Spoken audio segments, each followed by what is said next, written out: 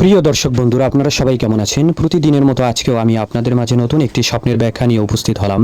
তা হলো আল্লামা শিরিন রহমতুল্লাহি আলাইহির বইয়ের ব্যাখ্যা অনুযায়ী স্বপ্নে কাবাঘর দেখলে কি ঘটতে পারে, স্বপ্নে হজ ও ওমরা করলে কি ঘটতে পারে, তা নিয়ে বিস্তারিত আলোচনা করবে ইনশাআল্লাহ। ভিডিওটি না টেনে সম্পূর্ণ বিস্তারিত আলোচনা শুনলে সব কিছুই বুঝতে পারবেন। যদি কোনো ব্যক্তি স্বপ্নে দেখে যে হজ বা উমরা আদায় করেছে, তবে দীর্ঘজীবী হবে এবং তার কাজগুলি সফল হবে।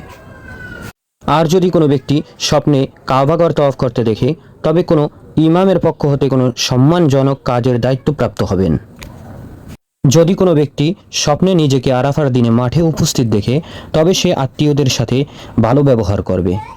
আর যদি তার কোনো লোক নিরুদ্দেশ থাকে, হারিয়ে যায়, তবে সপরিবারে তার নিকট ফিরে আসবে।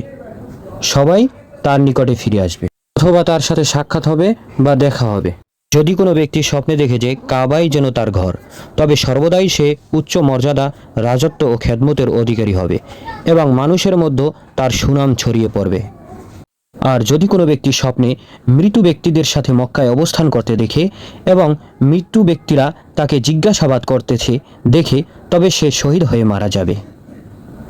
উস্তাদ আবু সাদ বলেন, যদি কোনো ব্যক্তি স্বপ্নে হজের মৌসুমে হজ করার জন্য বের হতে দেখে, আর সে যদি হজ না করে থাকে, তাহলে তার হজ নসিব হবে। অসুস্থ থাকলে আল্লাহ তাআলা সুস্থতা দান করবেন। ঋণ থাকলে ঋণ আদায় হয়ে যাবে। আর ভয় থাকলে দিলের ভিতরে, তাহলে ওই ভয়টা দূর হয়ে যাবে। আর যদি গরিব থাকে, দরিদ্র থাকে, তাহলে সে ধনবান হবে, স্বাবলম্বী হবে। আর সফরে থাকলে নিরাপদ থাকবে।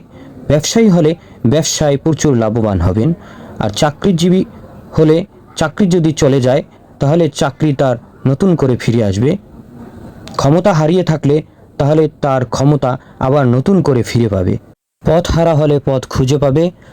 চিন্তিত থাকলে তার চিন্তা সব দূর হয়ে যাবে। আর যদি কেউ স্বপ্নে দেখে যে হজের জন্য বের হয়েছে কিন্তু হজ করতে পারেনি, তবে শাসক হলে ক্ষমতা হারাবে। আর যদি চাকরিজীবী হয়, তাহলে চাকরি চলে যাবে। আর ব্যবসায়ী হলে সে ক্ষতিগ্রস্ত হবে, ব্যবসায় প্রচুর পরিমাণ ক্ষতি হবে। আর যদি মুসাফির হয়, সফরে যায়, কোথাও ঘুরতে যায়, তাহলে তার উপর ডাকাতি হবে।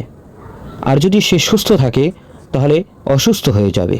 প্রিয় দর্শক বন্ধুরা, স্বপ্নে হজ ও ওমরা করতে দেখলে কি ঘটতে পারে এবং স্বপ্নে কাবাঘর দেখলে কি ঘটতে পারে, তা নিয়ে আলোচনা আজকে এই পর্যন্তই। আরও বিভিন্ন স্বপ্নের ব্যাখ্যা দেখার জন্য আমাদের চ্যানেলটি সাবস্ক্রাইব করে রাখবেন। সকলে ভালো থাকবেন। আজকে এই পর্যন্তই।